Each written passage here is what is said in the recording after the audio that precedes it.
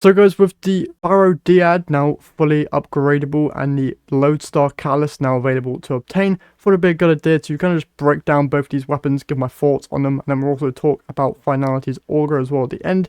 Even though I don't have the weapon, I can still talk about it a little bit. So yeah, let's jump into it. First off here with the Lodestar. This is of course the new Season Pass weapon that you can get at either level 1 on the paid track or level 40 of the free track. How this thing works is it's basically a trace rifle and pulse rifle combination of a weapon, where you have Starlight Beam, where this weapon fires a low intensity arc beam with enhanced stability and accuracy. Then you also have arc alignment, where you dealing arc damage from any source aligns the battery's coil. When alignment is complete, long press reload to disengage the safety and enable hip fire Starlight Beam to apply jolts to any targets damaged for a short time. Aim down sights to slow the rate at which the battery drains. Now, pairing this with any of the arc subclasses that got changed, buffed, or anything, it's going to be very, very good. The brand new Warlock aspect and Titan aspect have made those two arc subclasses very, very potent. And also, Arc Hunters, I believe you've already got a new aspect with the final shape, so you're doing pretty decent as well.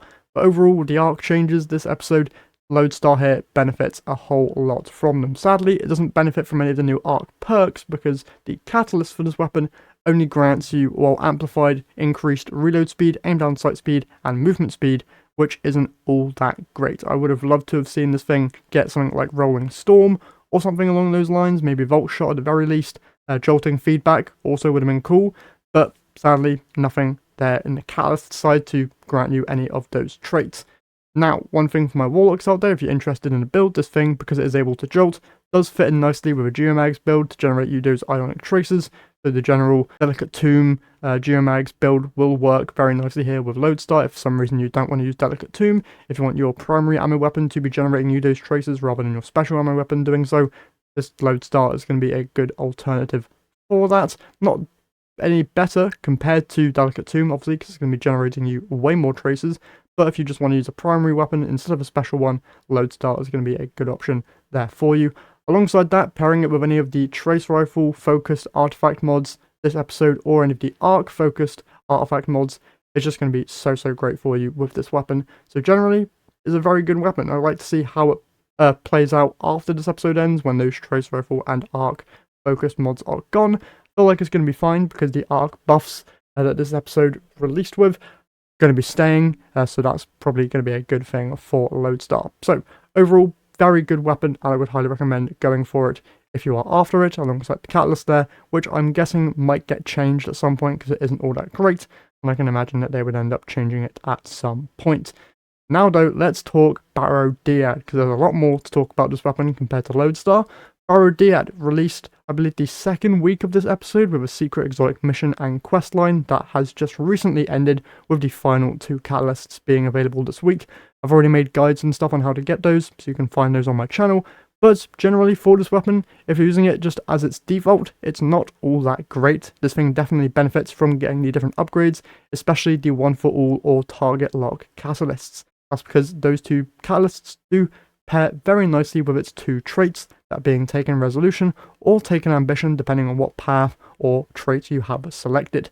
But for its general perks, obviously, Taken Resolution, hitting 3 different targets generates a large amount of Blight, and Blighted Seekers bore through targets. And then you also have Panic Response, where this weapon generates Blight as it deals damage, and while not firing, Blight depletes and the magazine is gradually refilled. Reload the weapon to convert stored Blight into Blighted Seekers. Now, for those of you who are interested in Taken Ambition, you can actually come here to the relic on Mars to actually reshape the weapon and change its trait. Now, I don't know if you need to have the weapon fully upgraded to gain this ability, otherwise you'll need to go to Eris's apartment and change your reputation track there, because depending on if you're on the path of Ambition or Resolve, it will just change the perk here generally. But for Taken Ambition, this states that Blight generated increases the longer this weapon remains on target, and Blighted Seekers burrow into targets and explode. So if you want this thing to be more of an ad clear weapon, Taken Resolution alongside One for All is going to be the perk combination that I would recommend you use. But if you want a more damage focused option, Target Lock paired with Taken Ambition is definitely going to be the way to go. If you want to use either Hatchling Refit or High Impact Reserves, I would recommend High Impact Reserves either in a PvP setting, and then Hatchling there if you want a Hatchling focused Strand build. Other than that, you're mainly going to want to focus here on One for All and Target Lock as your main catalysts, and then pair those with either Taken Ambition or Taken Resolution.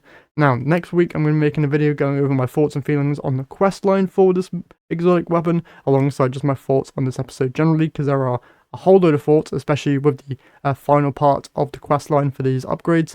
So yeah, I'll share those next week. But overall, this weapon is very, very good and definitely benefits from the upgrades that are available on this weapon.